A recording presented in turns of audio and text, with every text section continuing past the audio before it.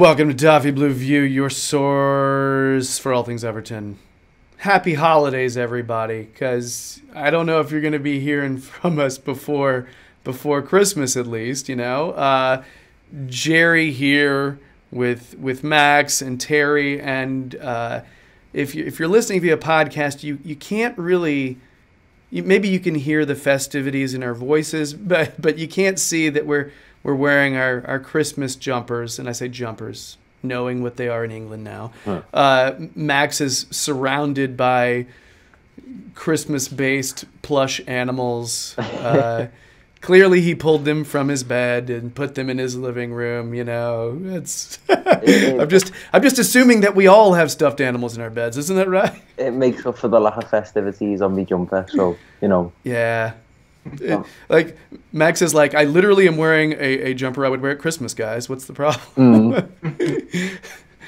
Yeah, at some point I'm gonna have to get some like really nice pimped out blue crimbo gear, you know. Guys, I was gonna start with a super festive. Hey, let's talk about what we want for Christmas, but then life happened. Everton life happened, and we can't control it. We can only hope to contain it. So stadium news, just out of the blue. I look down at my phone and I see the little Everton crest silhouette as a notification telling me about proposed stadium capacity. So that's our intro today. We're gonna start off talking about that. Guys, initial capacity proposed is 52,000. However, there's this big stinky however that comes out that they slap on there, and I say stinky as in it, you have to notice it. The ability to expand to 62. Okay. I read an article that actually Terry, you retweeted on Twitter, so a lot of the facts that I have here will be derived from that article that Phil Kirkbride put on the Echo. They say it's future-proofed, able to convert to safe standing if need be, that kind of thing. But let's talk about the reasoning for 52. Terry, let's start with you because, like I said, you were the one pushing that article out there. So I've written down notes. I could say it, but I'm sick of me talking. I want to hear you guys. So why 52, and how are you feeling? I'm okay with it. I mean, I thought 55 would be the magic number, but it's going to sound harsh, this, but what do I know? I'm just a supporter who talks about the club on Twitter and does videos with you guys. Like, I'm not an architect. I'm not a businessman. I don't know what the logistics of that capacity are. Now, when they say it could expand to 62,000, I can't imagine that'll mean we're going to build a brand new stadium with a view to tear down bits of it and put it back up to increase capacity. I think what they mean, just off my own hunch, is it'll be 52 as a shell, and then if the rail seating gets passed in to law that it's okay, then it could go up to 62 with rail seating, because rail seating allows for more supporters in the ground. Interesting. Now, for me, I understand why people are disappointed with the number, because everyone has got this sort of idea that, well, West Ham have got a 60,000 seater stadium, and you know, we're bigger than West Ham, and we want to, you know, push on through our peer groups. But I think 60,000 is a little bit too much. I think that'll be a problem. I think we'll struggle to fill it at first, and I don't think anyone's arguing that we'd fill it straight away, a 60,000 seater stadium. But if Sky Sports put up a graphic that showed the stadiums currently in the Premier League now, and if we went to this, if we went to 62,000 straight away, which is the top number that they've given us, that would be the joint second biggest stadium in the Premier League. It'd be joint with Tottenham's new one, and it'd be just behind Old Trafford. So I think it'd be ludicrous for the club to immediately go out there and go, right, we're going to have a stadium that's bigger than Arsenal's, bigger than Man City's, bigger than Anfield. I don't think it's realistic. I think we'll do our branding and our image more harm than good if we are seen to not be able to fill a stadium. Don't get me wrong, I don't want to talk the club down. I think, you know, but 52 60,000 is still a significant increase on what the club have got now. So we've got now, say, 39,500, I think the maximum number is. That's still a huge increase, 12,000. And if the rail seating goes in now, if the rail seating does go in, and I think sooner or later it will. It's not to say, oh, we'll put that in and we'll immediately be 62,000. It'll probably grow incrementally, and as we'll add more of it as the club improves on the pitch and gets more fans.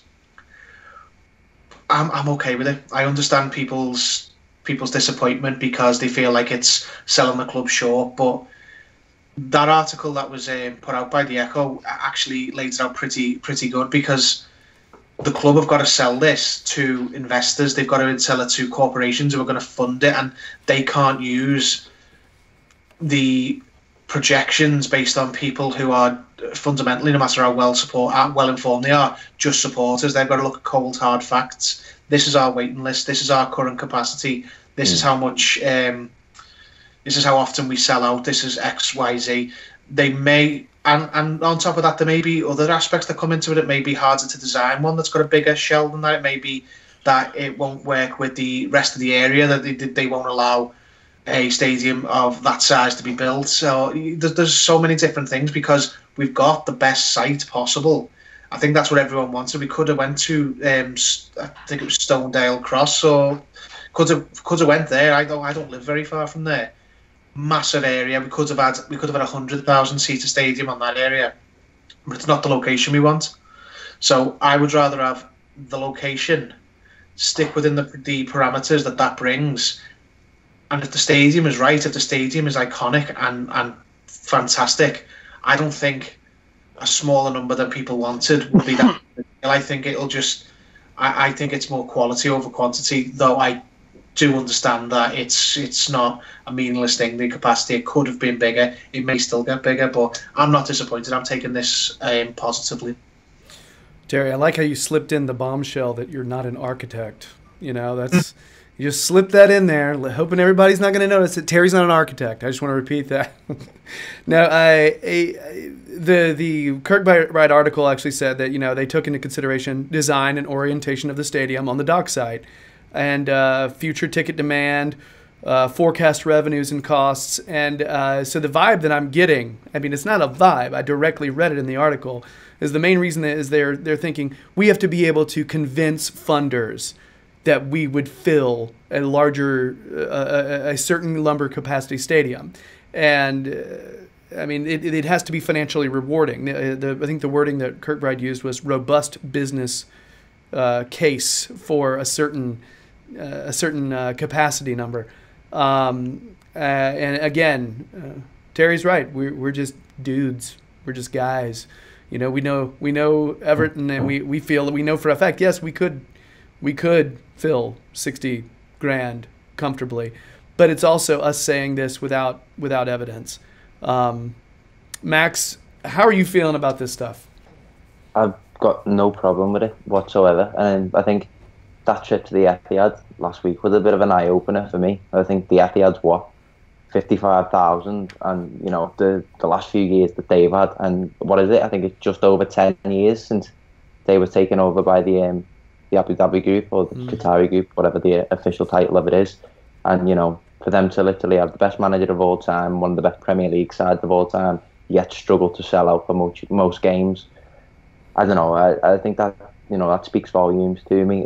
52, as long as that expansion to 62 is feasible, and we can attain that at some point as we improve on the pitch, because that's a lot more logical. Obviously, we're going to expand the better that we are, the bigger the attraction that we are.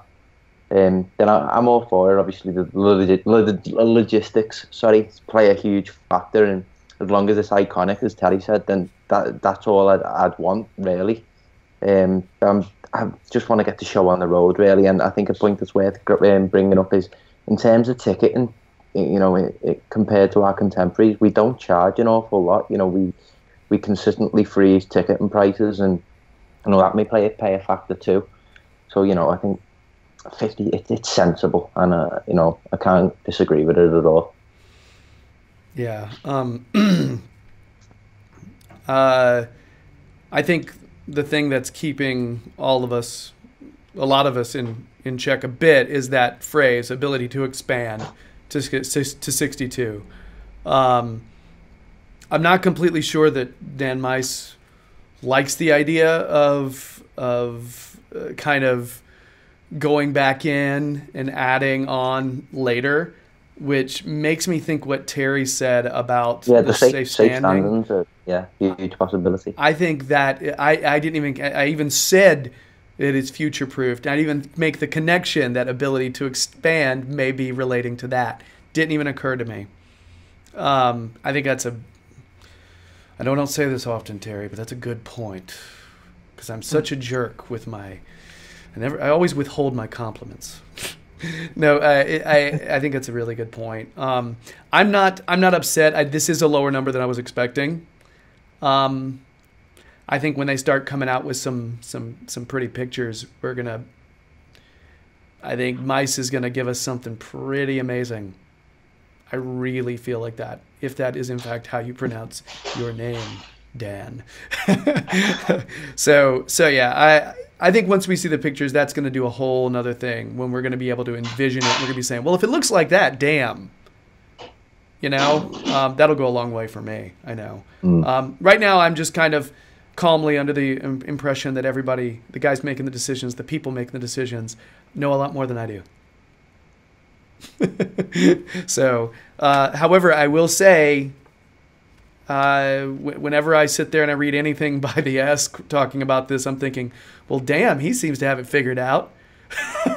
You know what I mean? So I'm kind of like, well, so coming to terms with those two things, it's kind of difficult. But not everybody's happy, and people are definitely doing some moaning today.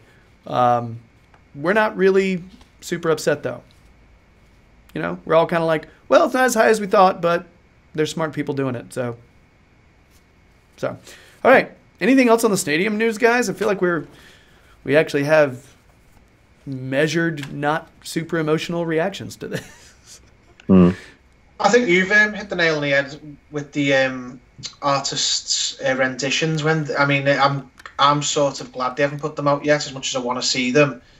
They've made mistakes like that in the past and put those out, and then they're like a sort of rod to beat the club with if something changes or something breaks down. When we're at the stage where we can see them, if we get artist renditions and they do an amazing sort of mock-up of a stadium on the banks of the river, which we thought we weren't going to get and we thought we'd missed our chance to get years ago, and it's got this big blue wall like Dortmund have got, and it's state of the art, and it's just boss, then I think people are going to be as upset as they are now. I understand that they are. I understand why, but I think I don't think the wants and wishes of Twitter Evertonians are going to have as much of an impact on a £500 million project as cold hard numbers, and clearly that's what the numbers have thrown up. That's our realistic for that site. If you wanted more, you should have had a different site. I'd rather have that site and have 52 than go to the other alternative sites and have bigger. Terry with more controversial opinions here. Saying that Twitter is not going to matter as much as the facts. That's I mean, you know what though? I mean, yeah. That used to be the case for everything, but not anymore. It's amazing what can happen with Twitter these days, right? The whale can end on Twitter. No. Oh, you can get yourself a nice little film acting career as long as you have a bunch of Twitter followers. Isn't that fascinating? That's actually when actors go in for like auditions and stuff. They're supposed to put their social media following on their little resume, on their headshot, on the back of their headshot. Yeah, that's a thing that people do. Yeah, I got some actor friends in New York, and they're like, yeah, that's actually important now, and I'm like, it's a little, it jades you when you find that out. You're like, I'm even more cynical now. Great, that's what I needed. But yes, I think the important thing to stress here is there has been news. News has dropped. It's making it more real. Okay, concrete. These are actual things that came out from the club, and I like that. You know, let's keep making it real. So that's our breaking news segment that we've started with. Little, not quite exactly. I don't know. I'm not too dismayed yet. Just saying. I'm okay so far still. So that's it for our stadium news segment. If you've been digging the videos, please subscribe to the Toffee Blues YouTube channel. We'd appreciate the subs, frankly. We're growing, and it's good for Everton. Just saying.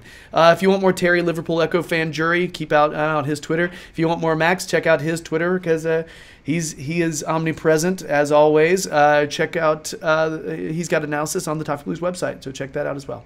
Okay. So yeah, we're gonna move on to Spurs match preview. So bye.